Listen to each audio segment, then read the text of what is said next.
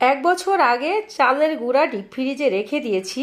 সেই চালের গুঁড়াটা দিয়ে এতটা পারফেক্ট পোয়া পিঠা হবে আমি কল্পনাও করতে পারি নাই। কল্পনার বাহিরে ছিল, কারণ এক বছর আগে গত বছর শীতে এই চালের গুঁড়ো দিয়ে আমি অনেক পিঠা বানিয়ে নিয়েছি। যতটুকু বাদবাকি ছিল রেখে দিয়েছি, বের করে এবার আমি এই পোয়া পিঠাটা বানিয়ে নিচ্ছি। দেখেন কতটা পারফেক্ট হয়েছে, দেখে নিজেই অবাক হয়ে গিয়েছি। আর ভিতরটা কতটা সুন্দর ফুলকো এবং কতটা সুন্দর, কোনো কাঁচাও নাই, সিদ্ধ হয়ে গিয়েছে। তো সেই রেসিপিটাই থাকছে আজকে ফুলকো ফুলকো পোয়া পিঠা।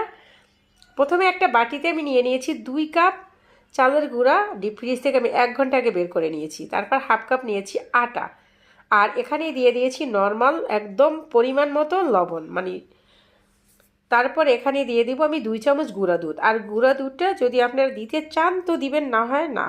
তারপরে মিশিয়ে নিয়েছি। আর এই যে দেখছেন এটা খেজুরের গুড়। এই খেজুরের গুড়টা আমি পানি দিয়ে সুন্দর করে ফুটিয়ে নিয়েছি 10 মিনিটের মতো।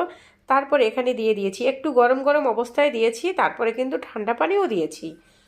তো মোটামুটি এখন আমি হাতে মেখে নেব, আর হাতে একটু সময় নিয়ে মেখে নিতে হবে।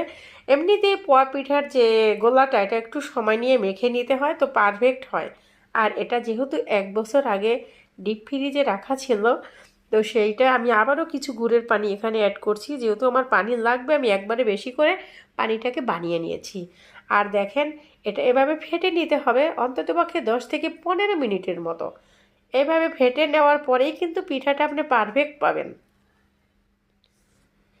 অনেক অনেক আপুরা অনেক কমেন্ট করেন হয় না, বাট এভাবে যদি ফুল রেসিপি ফুল টিপস ফলো করে বানান 100তে 100 হবে। ঘনত্বটা কিন্তু দেখিয়ে দিচ্ছি কেমন আছে। তো একটা কড়াই আমি আগে থেকে বসিয়ে দিয়েছিলাম, তেলটা গরম হয়ে গিয়েছে। আর এখন আমি একটা ডালের চামচ দিয়ে এক এক চামচ দিব, আর এক একটা ভেজে উঠিয়ে নেব। এতটা পরিমাণ পারফেক্ট হয়েছে, বিশ্বাস করেন পিঠায় একটু পরিমাণ তেল খায় নাই। সুন্দরভাবে আমি একইভাবে তেলগুলো কিন্তু থেকে গিয়েছে। আর আমি পিঠাগুলো কিন্তু সব ভেজে নিয়েছি। পিঠাটা খেতে সেরকম টেস্ট।